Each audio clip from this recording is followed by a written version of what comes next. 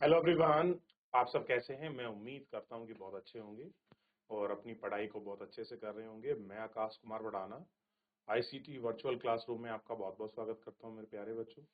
जैसे आपको पता है आज 9th क्लास से अरेंजमेंट है बेसिकली, तो हम लोग आज आपका नई बुक प्रारंभ करेंगे। तो शायद बच्चों आपके पास बुक आज ना हो, कोई बात नहीं, लेकिन जब भी अगली नेक्स्ट क्लास होगी तो हम यही बुक लेंगे। हमारी बुक है भारत एवं समकालीन विश्व फर्स्ट से। कौन सी? भारत एवं समकालीन विश्व फर्स्ट। क्लियर है? तो हम इसमें बेसिकली वर्ल्ड हिस्ट्री को पढ़ते हैं कि वर्ल्ड में क्या क्या हुआ उस टाइम में, उसी को पढ़ने का समझने का प्रयास करते हैं। ठीक है, वर्ल्ड हिस्ट्री है, आप ये मान सकते हैं। अब देखिए, पहला चैप्टर है इसमें, ठीक है, और पहला चैप्टर में हम फ्रांसीसी क्रांति को देखेंगे। खंड 1 है, आपके घटनाओं और प्रक्रियाओं के दौर में हम लोग पढ़ेंगे। ठीक है, थोड़ा सा ध्यान दीजिए। तो मैं सोचता हूँ थोड़ा एक बार आपको पृष्ठभूमि बता दी जाए यहाँ से ही, ताकि चीजें थोड़ी सरल रहें। कह रहे हैं कि इस खंड में आप फ्रांसीसी क्रांति, रूसी क्रांति और नाजीवाद के उदय का इतिहास पढ़ेंगे। बड़ा इंपॉर्टेंट है नाजीवाद। जर्मनी का दौर है। नाजीवाद, फांसीवाद को पढ़ोगे आप तो आपको बड़ा अच्छा लगेगा। और आधुनिक विश्व की रचना में इन तीन घटनाओं का बड़ा महत्वपूर्ण योगदान है। आप जानते हैं कि सबसे पहले जो ही आपकी फ्रांसीसी क्रांति हुई थी, वर्ल्ड में क्या हुई थी? फ्रांसीसी क्रांति। तो इसके बारे में आपको आगे पढ़ेंगे तो पूरी विस्तृत से आपकी चर्चा होगी। और बेसिकली एक छोटा सा इसमें बताया गया है कि हम किन चीजों को पढ़ेंगे, देखेंगे। तो जो कह रहे हैं, जो अध्याय 1 यानी कि चैप्टर 1 है फ्रांसीसी क्रांति के बारे में, आज हम मुक्ति, स्वतंत्रता और समानता को सहज सुलभ सामान्य मानकर चलेंगे। किसको? मुक्ति को, फ्रीडम को, इक्वलिटी को। आपको पता है, तो सबसे पहले अगर वर्ल्ड में कहीं भी समानता को लेकर, फ्रीडम को लेकर अगर सबसे पहले दुनिया में किसी ने बात की थी तो वो आपका फ्रांसीसी क्रांति थी।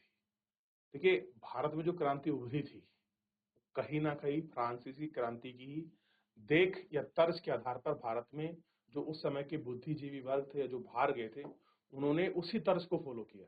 और यही नहीं, वर्ल्ड में बहुत सारी ऐसी चीजें हैं, क्लियर है, जो एक दूसरे देश में हुई आपकी गतिविधियों को देखकर होती है। आप आगे पढ़ोगे, जैसे वुमेन राइट्स हैं, महिलाओं के अधिकार हैं, महिलाओं को वोट गिरने वाली चीजें हैं। तो ये ऐसा नहीं कि केवल भारत में आज ही खड़ी हो गई हैं, या फिर नारी शिक्षा है, नारी उत्थान है। इसके लिए बहुत लंबा बैकग्राउंड विश्व में यूरोप के दौर से गुजरते हुए जो हमारा एशिया महाद्वीप है उसमें प्रवेश किया है। देखिए, इन सब का एक इतिहास रहा है। फ्रांसीसी क्रांति के जरिए आपको इतिहास के एक हिस्सों को समझने में मदद मिलेगी। ठीक, फ्रांसीसी क्रांति ने फ्रांस के राजतंत्र, ध्यान दीजिए, सबसे पहले फ्रांस में क्या था? राजतंत्र को समाप्त कर दिया। कह रहे जो भैया, जो आपका फ्रांस में राजतंत्र था उसको समाप्त कर दिया। विशेषाधिकारी पर आधारित व्यवस्था ने शासन की नई व्यवस्था उदित हुई और इसके द्वारा तैयार किया गया।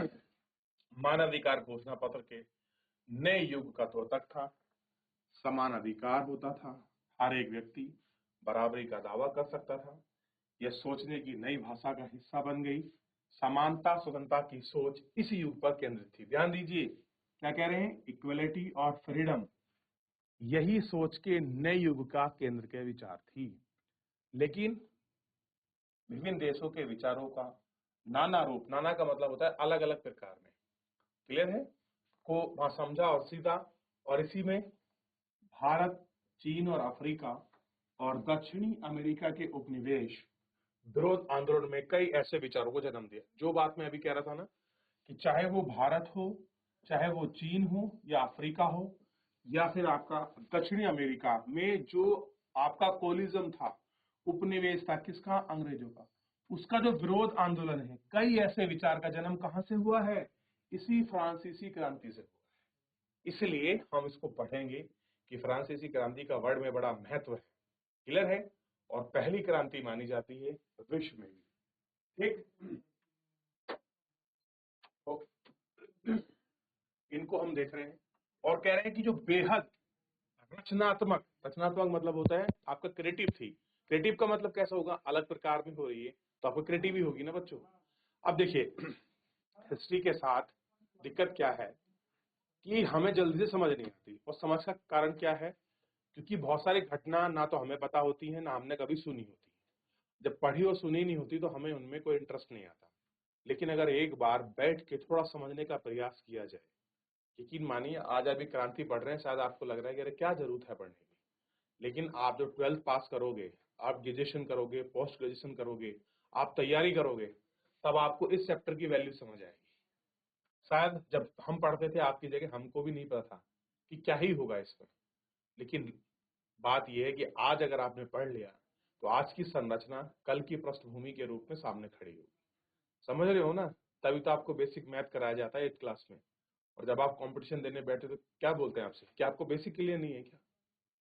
तो जिन बच्चों ने 8वीं को केवल एग्जाम के लिए, पास करने के लिए मान लिया, उनका कभी बेस अच्छा नहीं होता।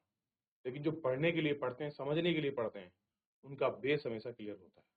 तो आधार आजादी का, क्रांति का, रूस की क्रांति है। हम इसको देखेंगे कि विश्व में समानता का अगर कोई आधार लाई है, फ्रीडम की कोई बात कर रहा था, तो आज आप फ्रीडम है, इसका विचार, ये जन्म कहां से हुआ है, उसको समझने का प्रयास कर रहे हैं। और कह रहे हैं रचनात्मक और मौलिक कई आंदोलन, भाषा और मुहावरे 18वीं सदी के उत्तरार्ध यानी कि 1700 के लास्ट में, यानी कि 1780 के बाद या 1790 के बाद की स्थिति में आए। अध्याय 2 में आप यूरोप के समाज के बारे में पढ़ेंगे। इसको छोड़ दीजिए 2 में, हम सीधा अपनी क्रांति की तरफ बढ़ चलते हैं और आपको देखेंगे। थोड़ा एक बार आप ये नाजीवाद, फांसीवाद को पढ़ोगे या मैं पढ़ाऊं आपको? बोलो, पढ़ा दूं? इस वजह से अब चैप्टर पे चलूं, पढ़ाना है? चलिए, तो पहले चैप्टर का ये हुआ। दूसरा चैप्टर देखिए आप, दूसरे चैप्टर में पढ़ेंगे यूरोप में समाजवाद के आगमन और उसके नाटकीय घटनाओं के बारे में, कि यूरोप में आपका कैसे सोशलिज्म, समाजवाद बैठा। आप आगे पढ़ोगे सोशलिज्म का मतलब क्या है, हमारे संविधान में एक साथ लिखा है समाजवाद, सोशलिज्म। तो वो जो शब्द है वो कहां से आए? अभी तो हमें लगता है कि यार कुछ नहीं है, चैप्टर पढ़ा रहे हैं, क्या होता है समाजवाद। लेकिन जब आप भारत की प्रेम्बल, भारत की प्रस्तावना पढ़ोगे संविधान की, तो समझ आएगा समाजवाद, प्रभुत्व संपन्न समाजवादी, पंथ निरपेक्ष, अखंड, ये शब्दों का आपको मीनिंग मिलेंगे। और ये शब्द आए कहां से हैं, इसका बेस, इसका स्ट्रक्चर आपके चैप्टरों में छुपा है। क्लियर है? फिर हम पूछते हैं सर ये कहां से आया है, तो टीचर बोलता कि आपने पढ़ी 9th क्लास आपने पास नहीं करी क्या, 10th नहीं किया? तो कहा सर हम पढ़ के तो आए लेकिन पता नहीं था कहाँ थी, क्योंकि हमने अपने टीचरों की बात पर कभी ध्यान ही नहीं दिया। ध्यान दीजिए, ठीक है। और रूस के शासक को, जोर निकोलस को सत्ता छोड़नी पड़ी, यानी कि रूस में भी राजशाही थी। रूसी के क्रांति के समाज के परिवर्तन का एक नया तरीका गढ़ने का प्रयास किया गया। क्रांति के आर्थिक समानता और मजदूरों की बेहतरी का सवाल उठाया गया। ध्यान दीजिए, आज आप पढ़ते हैं सबको बराबर अधिकार होना चाहिए, और मजदूर और किसानों की बेहतरी की जो चीजें की गई थी वो भी यहां से ही उठी हैं। किससे? रूस की आर्थिक क्रांति से ही, जो रूस में क्रांति हुई है, सॉरी फ्रांसीसी क्रांति। कह रहे इस नई सोवियत सरकार का द्वारा शुरू की गई बदलाव सामने आए, निपटाने के लिए सरकार द्वारा उठाए गए कदम सोवियत रूप से खेती और औद्योगिकरण, मशीनीकरण कार्यक्रम को सुदृढ़ करने, उसको बढ़ावा देने, उसके नागरिकों को अधिकार के हनन भी किए गए। लोकतांत्रिक समाज में संरचना के लिए अनिवार्य था। फिर भी समाजवाद का नारा था कि विभिन्न देशों में उपनिवेशिकवाद विरोध आंदोलन का हिस्सा बन गया। आज सोवियत संघ बिखर चुका है। सामाजिक घटना, मैं आपको सोवियत संघ के बारे में बताऊंगा। जिस तरह से यूनाइटेड स्टेट ऑफ अमीरात है और यूनाइटेड स्टेट ऑफ अमेरिका है, ऐसे ही आपका सोवियत संघ था। क्या था? सोवियत संघ, यूनाइटेड सोवियत संघ। लेकिन आज खाली ये रशिया बचा है, ये आपका यूनाइटेड स्टेट नहीं है, इसके राज्य अलग अलग हो चुके हैं। पहले सब एक मिलकर देश एक ने अपना यूनाइटेड बनाया हुआ था, आज नहीं है, ठीक। और समाजवाद के संकट 20वीं सदी में पैमाने, उन चीजों को हम लोग पढ़ेंगे। अच्छा, अध्याय 3 में क्या है? हिटलर का उदय। हिटलर का नाम आपने सुना है, जर्मनी का हिटलर। और नाजीवाद की राजनीति का विश्लेषण किया जाएगा। नाजी जर्मन के औरतों और बच्चों की दशा और स्कूल और यातनाओं का ग्रह के बारे में पढ़ेंगे। आप सत्ता कैसे चलाई, नाजियों ने अल्पसंख्यक समूह के अधिकार कैसे वंचित कर दिए, आप देखते हैं जहां पर एक वर्ग की पॉपुलेशन कम होती है तो उसको क्या कहते हैं, अल्पसंख्यक। क्लियर है, वंचित कर दिया।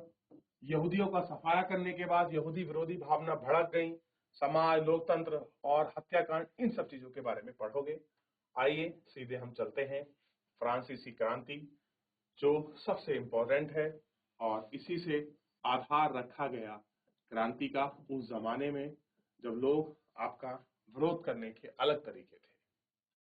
कह रहे हैं कि 14 जुलाई 1789 की सुबह, अब आप जानते हैं पेरिस सिटी, कितने लोगों को पता है कि पेरिस बहुत सुंदर जगह है। तो लोग कहते हैं कि हम तो पेरिस जा रहे हैं घूमने के लिए, यानी कि बहुत मोस्ट एक्सपेंसिव सिटी है पेरिस। और कहाँ पड़ता है, फ्रांस में ही पेरिस पड़ता है। पेरिस में आतंक का माहौल, आप सोचिए इतनी शांत सिटी में भी आतंक का माहौल हो सकता है क्या? तो कह रहे हैं आतंक का माहौल था। सम्राट ने सेना को शहर में घुसने का आदेश दिया। अफवाह थी कि वह सेना नागरिकों पर गोली चलाने का आदेश देने वाली है।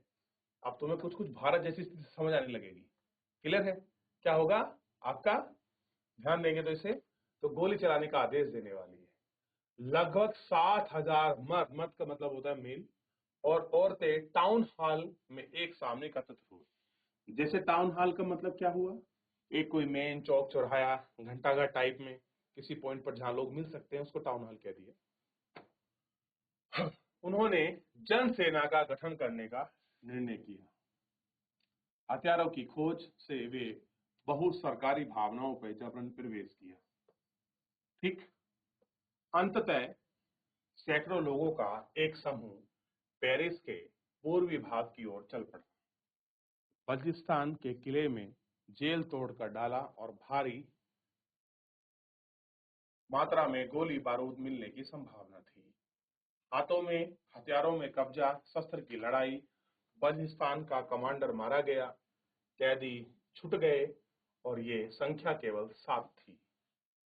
सम्राट की निरंकुशता शक्तियों का प्रतीक के कारण बलस्तिल का किले लोगों की घृणा का केंद्र था, इसलिए किलों को ढा दिया गया और उसके अवशेष पर बाजार में लोगों में बेच दिए गए और इसे ध्वंस कर बतौर स्मृति चिन्ह सृजन किया। तो बता रहे हैं कैसी कैसी स्थिति थी, राजा ने कैसे सैनिक भेजे, सैनिकों ने कैसे अफवाह फैलाई कि हम लोगों को मारने के लिए आ रहे हैं, और पेरिस के जो नगर के पूर्व का किला था उसको तोड़ दिया गया, जो जेल में डालते थे, कैसे लड़ाई लड़ी गई, ये हमने इतना फिलहाल देखा।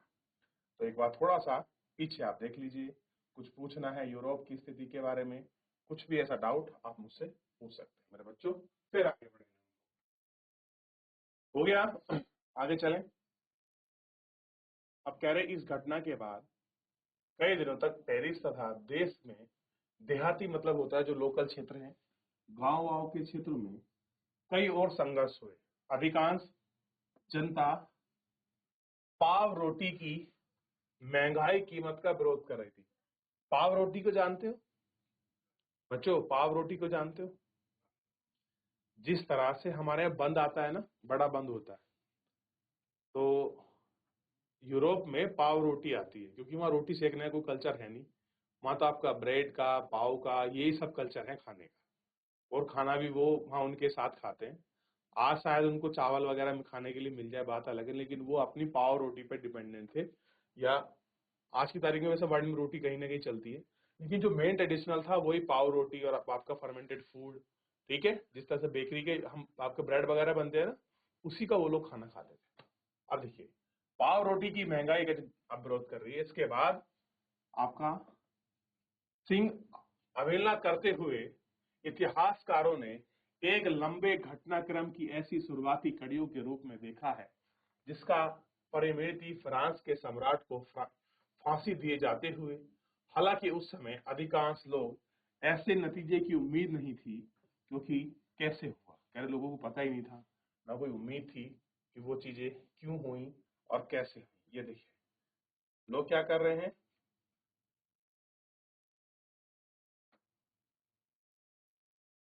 तो ये आपका वस्त्रलित का आपको चित्र दिखाई देगा, लोग कितने व्यापक रूप में आ रहे हैं। यही वो किला और जेल है जिसको ध्वंस किया गया, जिसको गिरा दिया गया था।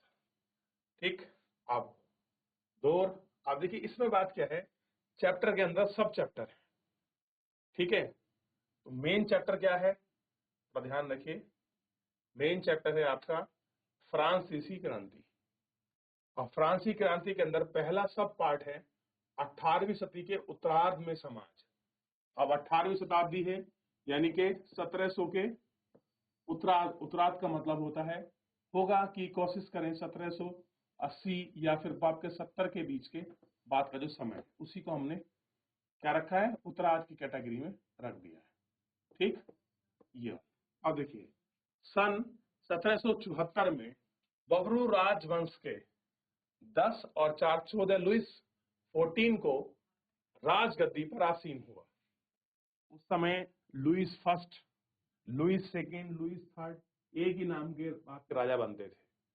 देखते हैं ना कि आज भी लोग अगर किसी का दादा अच्छे होते हैं, दादा परदादा का नाम लोग आज भी रख लेते हैं कि ऐसे गुण और क्वालिटी आए।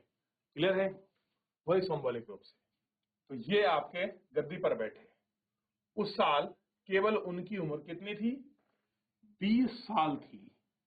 उनका विवाह ऑस्ट्रिया की राजकुमारी, समझने का प्रयास कीजिए, अगर आप यूरोप के मैप को पढ़ोगे तो वहां आपको देश दिखाई देंगे, फ्रांस, जर्मन, ऑस्ट्रिया, हंगरी, ये सारे देश आपको मिलेंगे। कह रहे हैं कि उनका विवाह कहाँ हुआ, जो ऑस्ट्रिया की राजकुमारी मैरी एंटोइनेट से हुआ। ये राजकुमारी है कहाँ की, ऑस्ट्रिया की। और किसके साथ हुआ, आपके फ्रांसिस के जो राजा थे उनके साथ। राज्य आरोहण के समय उसने राजकोष खाली पाया। जब वो राजा बना, देखा कि भैया तुमने राजा बना दिया, लेकिन तिजोरी तो खाली है। लंबे समय तक चले युद्धों के कारण फ्रांस की वित्तीय संसाधन नष्ट हो चुके थे। इसलिए कहते हैं कि कभी भी युद्ध ना करा जाए, क्योंकि अगर एक युद्ध कर लेते हैं तो देश कई साल पीछे चला जाता है, और लगातार युद्ध में रहे तो खत्म हो जाता है। एग्जाम्पल के रूप में ब्रिटेन को समझिए, ब्रिटेन ने 2 युद्ध लड़े अपने जीवन में, वर्ल्ड वार फर्स्ट और वर्ल्ड वार सेकेंड। एक टाइम था कि उनने 54 कंट्री पर अपना राज किया। कितने पर, 54 कंट्री पर। और फर्स्ट वर्ल्ड वॉर ने उसको तोड़ दिया और सेकेंड वर्ल्ड वॉर ने उसको खत्म कर दिया। कहाँ इतनी बड़ी अर्थव्यवस्था, कहाँ सबको ट्रेडिंग करने वाले, कहाँ सब पर कब्जाने वाले, आज उसे कोई देख ही नहीं रहा है। ठीक, अब कह रहे हैं सजा नष्ट कर दिया। जैसे रीठा खाल, आवाज आ रही बच्चों, माइक लेकर कोई पढ़ेगा chapter. Good morning sir. Very good morning, क्या नाम है आपका, गोपी। गोपी बेटे, धीरे धीरे पढ़ना शुरू करना ताकि सब बच्चे आपकी आवाज सुन सके। शुरू करें, वर्षाए से। वर्साए, वर्साए के विशाल महल और हाँ ठीक है, राज दरबार की शानो शौकत बनाए रखने की फिजूल खर्ची का बोझ अलग से था। वीएसएक्सवीआई के शासन काल में फ्रांस ने अमेरिका के 13 निक्षों को सजा-शत्रु ब्रिटेन से आजाद कराने में सहायता दी थी। इस युद्ध के चलते फ्रांस पर 10 अरब रुपए से भी अधिक का कर्ज और जुड़ गया, जबकि उस पर पहले से ही 2 अरब रुपए का बोझ चढ़ा हुआ था। सरकार से कर्जदार